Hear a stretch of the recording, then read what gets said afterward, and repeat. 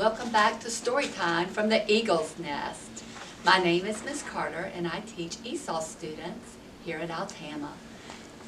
Today I'm going to share the book Giraffes Can't Dance by Giles, Andreae and illustrated by Guy Parker Rees.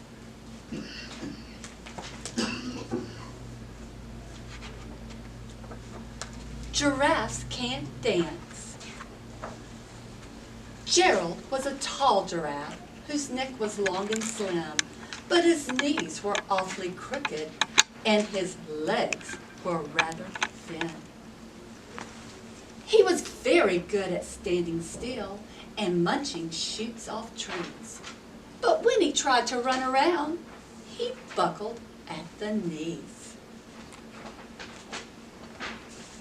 Now, every year in Africa, they hold the jungle dance, where every single animal turns up to skip and prance, jungle dance. And this year, when the day arrived, poor Gerald felt so sad, because when it came to dancing, he was really very bad. The warhogs started waltzing, and the rhinos rocked and rolled. The lions danced a tango that was elegant and bold. The chimps all did a cha-cha with a very Latin feel, and 8 baboons then teamed up for a splendid Scottish reel. Gerald swallowed bravely as he walked toward the floor, but the lions saw him coming, and they soon began to roar. "Hey, look at clumsy Gerald," the animals all sneered. "Giraffes can't dance, you silly fool. Oh, Gerald, you're so weird." Gerald simply froze up. He rooted to the spot. "They're right," he thought. "I'm useless. Oh, I feel like such a clot." So he crept off from the dance floor and he started walking home. He'd never felt so sad before, so sad and so alone. Then he found a little clearing and he looked up to the sky. "The moon can be so beautiful," he whispered with a sigh.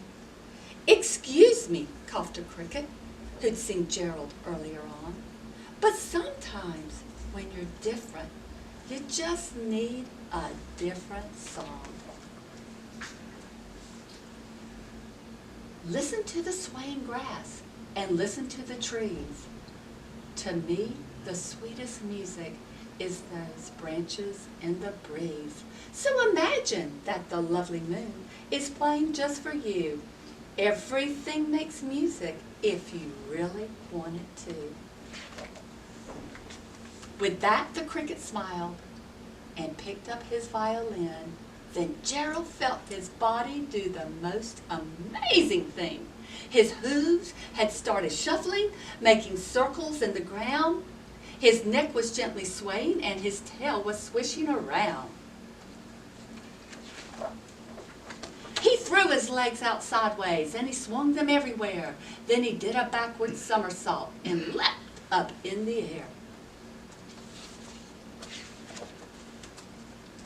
Gerald felt so wonderful. His mouth was open wide.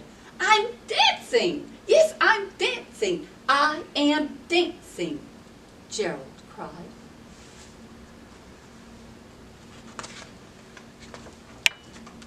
Then one by one each animal who'd been there at the dance arrived while Gerald boogied on and watched him quite entranced.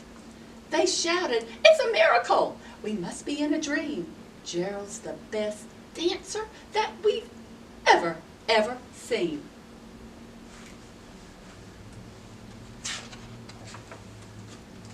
"How did you learn to dance like that? Please, Gerald, tell us how." But Gerald simply twirled around and finished with a bow. Then he raised his head and looked up at the moon and stars above. "We can all dance," he said, "when we find the music that we love." I hope you've enjoyed Giraffes Can't Dance.